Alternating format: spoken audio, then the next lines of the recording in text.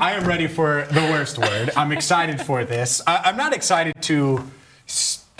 I'm excited to react to it. Yeah. I hate that we have to put this out here. Yeah. This Cody Campbell guy, who you don't really need to know, but you should know, I guess. Kind of need to know at this point. At this point, you need to know. Brendan Sorsby, as of now, is eligible. Right.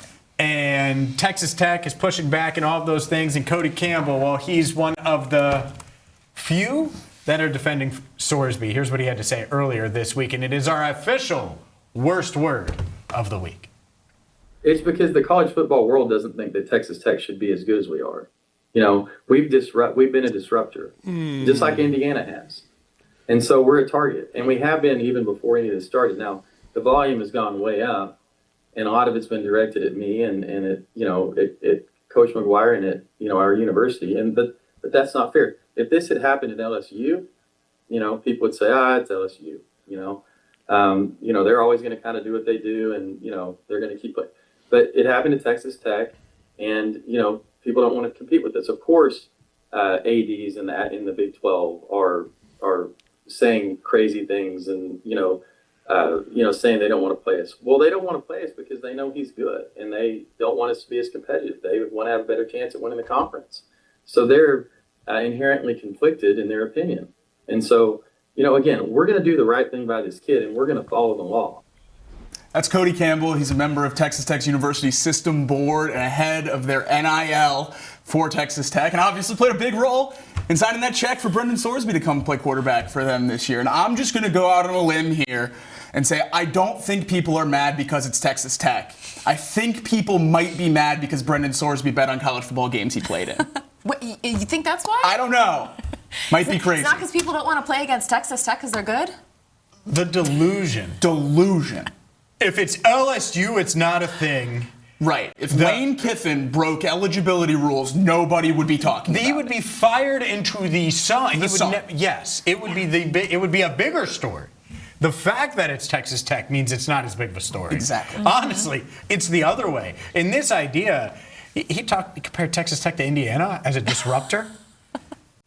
Who do you think you are? Like, what? A disruptor? They have disrupted the system to his credit. They've been good. Pouring $50 million into a roster and circumventing the CSC. Indiana, though, there's levels now. Absolutely. Indiana's different now. They are. And last season, I was wrapping my head around how different they are.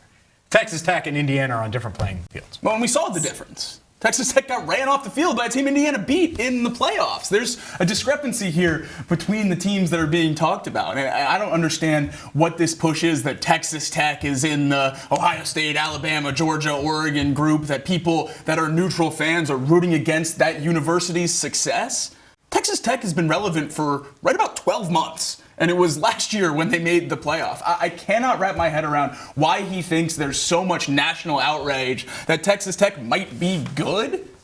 I'm not even entirely sure Sorsby's good, much less your entire roster. And you're fighting for the integrity of the sport not being a problem when a guy who bet on a team whose roster he was on, the only way you can help him through his struggles is by playing him at quarterback. That's where my disconnect comes in. If the focus is helping Texas Tech student athletes, help him. Absolutely help him. But he doesn't need to be on the field playing quarterback. I don't understand the disconnect, and I don't understand the take that it's because it's Texas Tech. I can think of 25 schools where people would be more mad at the name at the front of the jersey. Worst word of the week. This might be one of the worst words I think I've ever heard. This is a horrendous take, and I think the more that Texas Tech has people going out there talking about the situation, trying to defend it, the worse they're making it in the public eye. And I just keep going back to, what message are you sending the rest of your student athletes, the rest of the students at that university, that you're going to allow something like this to happen, that it's just going to brush it under the radar?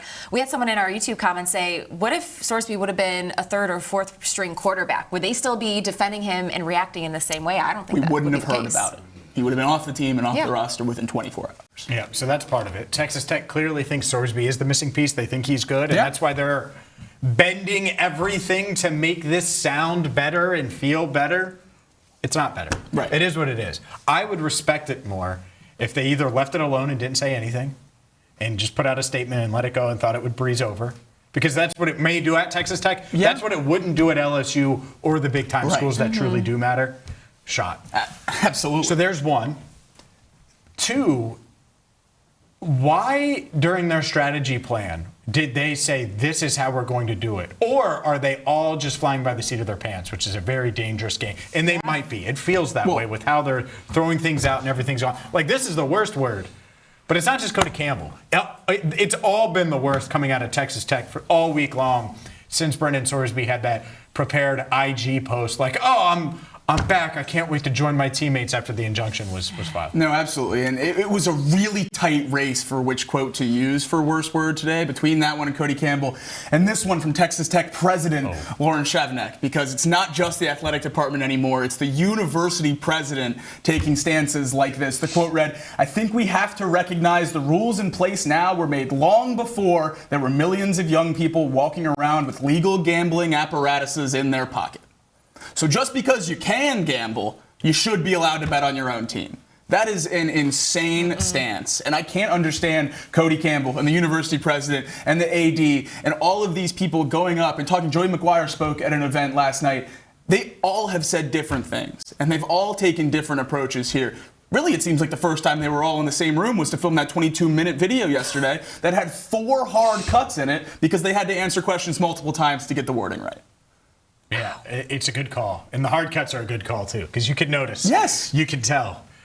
We don't have hard cuts here on First Word because we never mess up. No, but we certainly don't spew the nonsense that is coming out of Texas Tech. A ridiculousness.